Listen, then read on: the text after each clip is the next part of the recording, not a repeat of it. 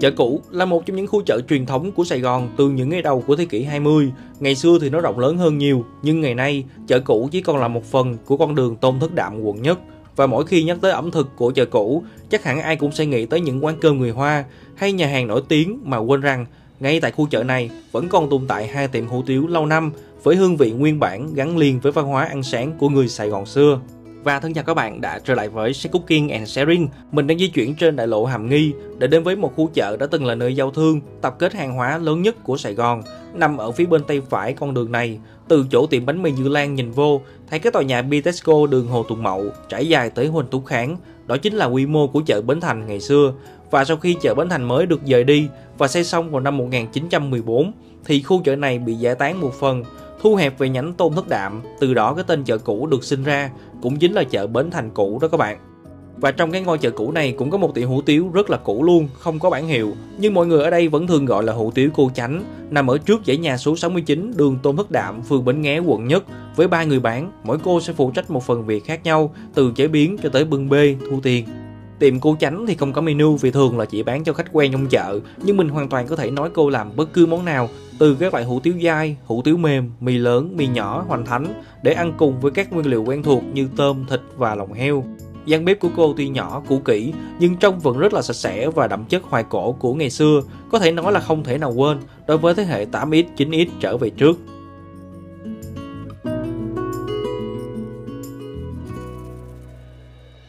Bữa sáng hôm nay của tụi mình được bắt đầu bằng 2 tô hủ tiếu thập cẩm, một lớn một nhỏ, với tô nhỏ của vợ mình là 35.000, còn tô lớn là 40.000, một cái giá không thể nào hợp lý hơn giữa một khu chợ từng được mệnh danh là chợ nhà giàu. Với một tô như vậy sẽ có một con tôm, vài lát thịt heo, tim heo, đi cùng là hủ tiếu dai, giá hẹ, và dĩ nhiên là không thể thiếu cái hương thơm từ tiêu, hành phi và tóp mỡ. Nước lèo trong tô hủ tiếu cô nấu rất là trong nha, nó không quá đậm đà nhưng vẫn có một cái vị ngọt vừa phải, ăn khá thanh và tạo cho mình một cảm giác rất là nhẹ nhàng vào buổi sáng sớm. Các loại topping khác như tôm, thịt và tim heo thì hoàn toàn chất lượng, tươi mới, đặc biệt là tôm thẻ, cực kỳ chắc thịt, ngọt ngon. Tim heo thì khá mềm và không có mùi hôi. Nói chung là quá xứng đáng cho một tô hủ tiếu 40.000 trong thời bão giá. Ăn xong mình còn gọi thêm một phần mì tôm mang về nữa các bạn. Đây cũng là một trong những món mà cô bán nhiều nhất, có giá 50.000 một tô. Còn tiệm hủ tiếu thứ hai chính là tiệm Thanh Xuân, chuyên bán hủ tiếu Mỹ Tho. Tiệm này thì hồi nhỏ là ba mình dắt mình đi. Lúc đó cô chủ quán là cô Tươi đang ngồi, sẽ trực tiếp đứng bán. Còn bây giờ thì đã truyền lại cho đời sau và cô chỉ ngồi trông coi thôi các bạn. Tiệm Thanh Xuân thì vẫn có menu kèm giá từ đó giờ, nhưng chủ yếu khách tới đây người ta vẫn gọi hủ tiếu tôm cua là chủ yếu, ăn kèm với bánh pate xô, uống trà đá. Nhưng hôm nay bánh pate xô tạm hết nên mình sẽ ăn thêm một tô xí quách với cá lóc phi lê, đi cùng là một chén nước lèo nhỏ được tách riêng, rất là thơm và ngọt xương. Lần đầu tiên đi ăn món này với ba là chừng 10 tuổi, thấy thằng con ăn được, ba mình mừng lắm vì trong nhà chắc chỉ có hai cha con là khoái ăn cái hủ tiếu sền sệt như thế này. Tới hôm nay mình dẫn vợ mình đi, vợ mình ăn cũng không quen các bạn, nên mới nói khẩu vị của mỗi người là mỗi khác và thể hiện rõ ràng nhất ở những món ăn có tính đặc trưng cao như hủ tiếu Thanh Xuân. Một tô hủ tiếu khô đặc biệt ở đây sẽ có một cái càng cua lớn, một con tôm thẻ, thịt xá xíu, tim heo, gan heo, ăn cùng với hủ tiếu dai, bắp cải, được rưới lên bên trên là một loại sốt đặc biệt, chua chua mặn mặn mà chắc chỉ có mỗi tiệm Thanh Xuân mới có.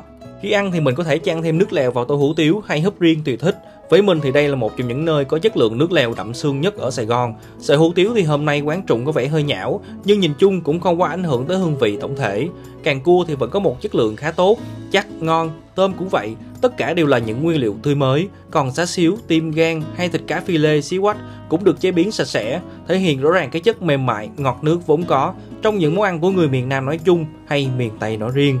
Và tất cả những gì mà mình chia sẻ trong hôm nay thông qua hai tiệm hủ tiếu này là dành cho những ai đang muốn tìm lại những món ăn sáng ngày xưa với hương vị mà mình không dám nói là ngon nhất nha, nhưng những cái nét đặc sắc ban đầu vẫn còn rất sâu đậm trong từng con người và món ăn tại khu chợ nơi đây. Và khẩu vị của bạn mới là quan trọng nhất, review của cá nhân mình chỉ mang tính chất tham khảo thôi nha. Nếu thấy video mình làm hay và hữu ích, hãy bấm like và subscribe kênh để luôn nhận được nhiều nội dung mới từ mình. Thân chào và hẹn gặp lại.